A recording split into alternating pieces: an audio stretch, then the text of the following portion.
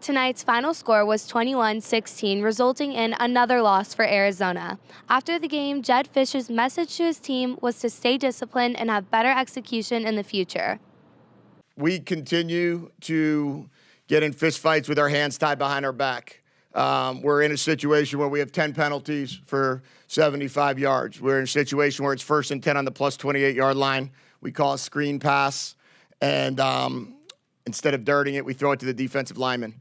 We're in a situation where we had 3 4th and inches. All 3 of them, I decided not to go for it based on the way our defense was playing and based upon the fact that we were on the minus side of the 35-yard line, and all 3 of them came back and haunted us.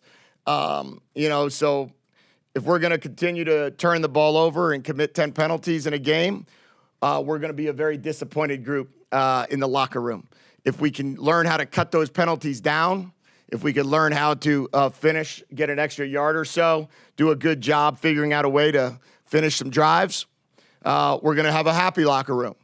But the story has truly been, is truly being written as we speak. I told you, I heard once before that while you're rebuilding and changing things in the program, you go from losing big to losing small to winning big.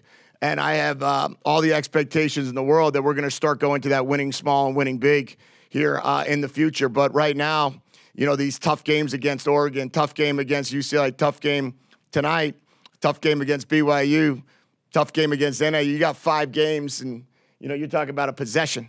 And we have got to find a way to make those possessions more valuable.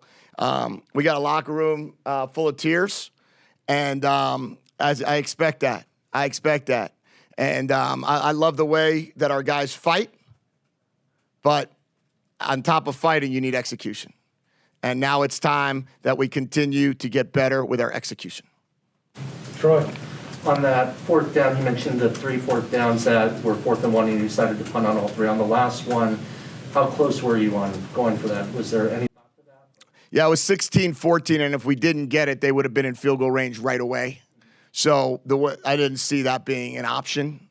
I wanted to go for it. My offensive coordinator hat said go for it, but in order to represent our team properly, I couldn't look at our defense in the face on the 30-yard line if we didn't get a 4th and 1 in a 2-point game.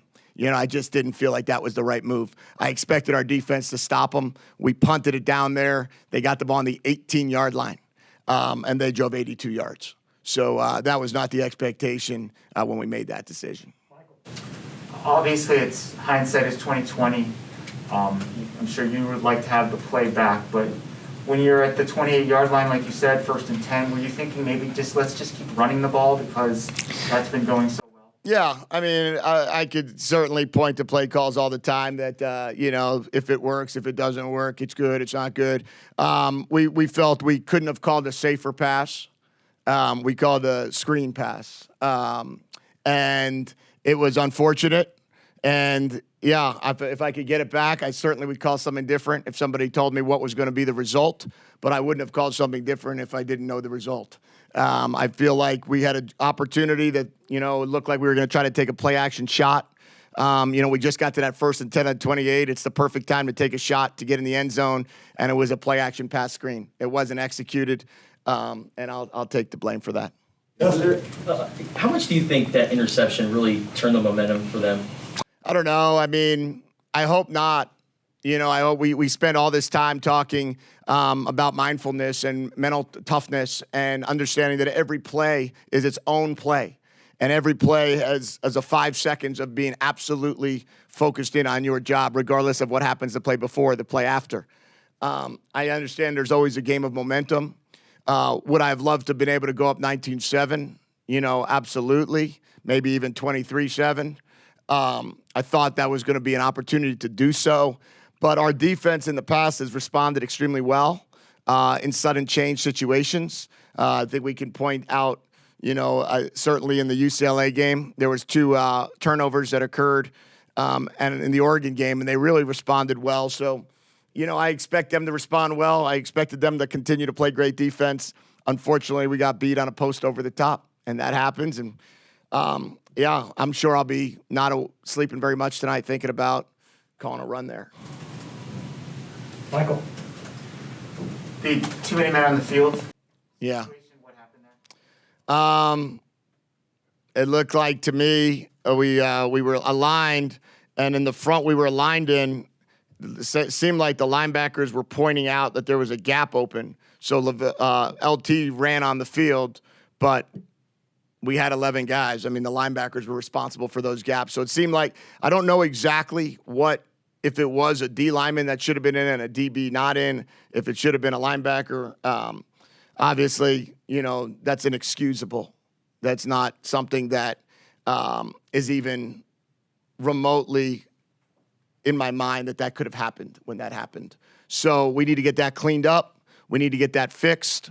We can't have those things. We can't have defensive offsides. We had 2 3rd and 8 and a 3rd and 10 where we jump, wound up being 3rd and 5, and they wound up converting. So, again, self-inflicted wounds. Told the team, you earn the right to win.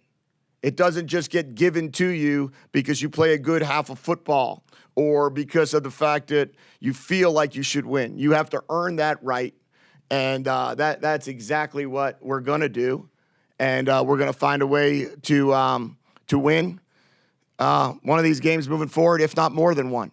I believe we should win all the games that we play, and that will not change. Our team believes that as well, and we're going to continue to build this thing the right way.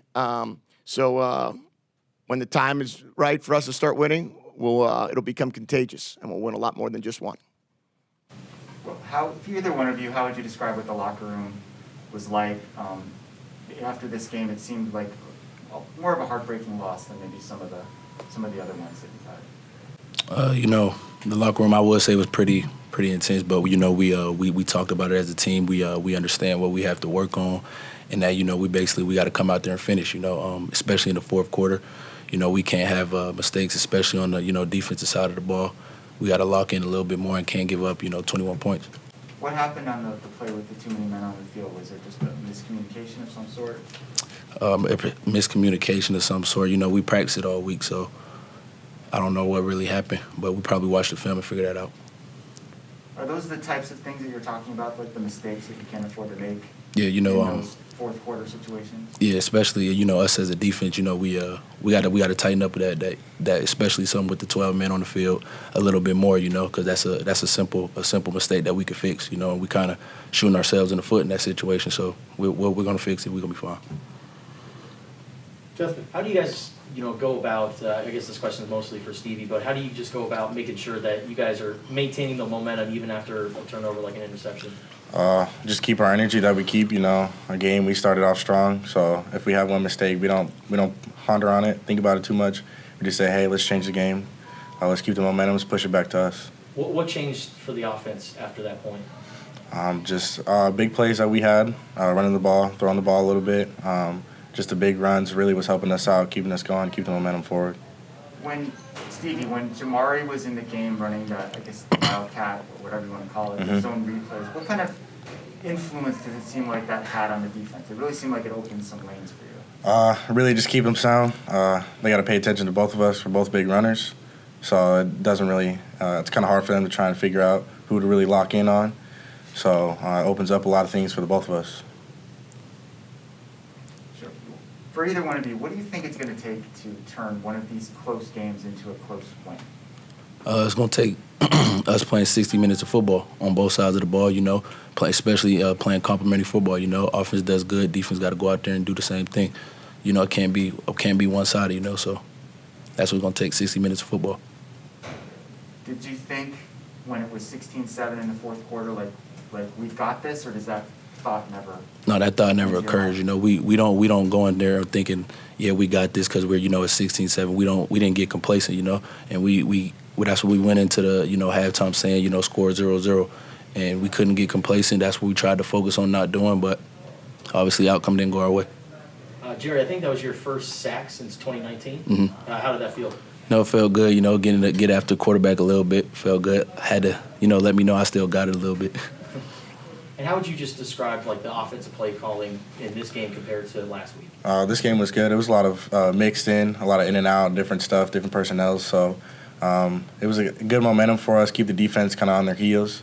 They never know what's really going on with them. So it's a good momentum for us, keeps us forward.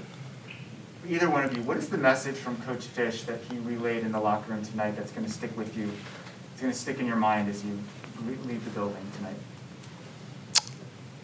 Discipline, really. Just finishing discipline.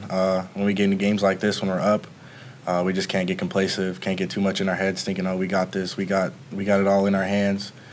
We just got to keep moving forward, keep the gas going. We let off a little too much in the game. Obviously, it didn't finish how we wanted it to. So let's just keep moving forward. We know we got to stay disciplined, keep those penalties to a minimum, and just finish the game. Yeah, basically eliminate the self-inflicted wounds. Is it fair to say that this is probably the most undisciplined game that you guys have played in terms of penalties? Yeah, it was definitely a lot of penalties. We had a couple games where we were pretty undisciplined, but definitely up there.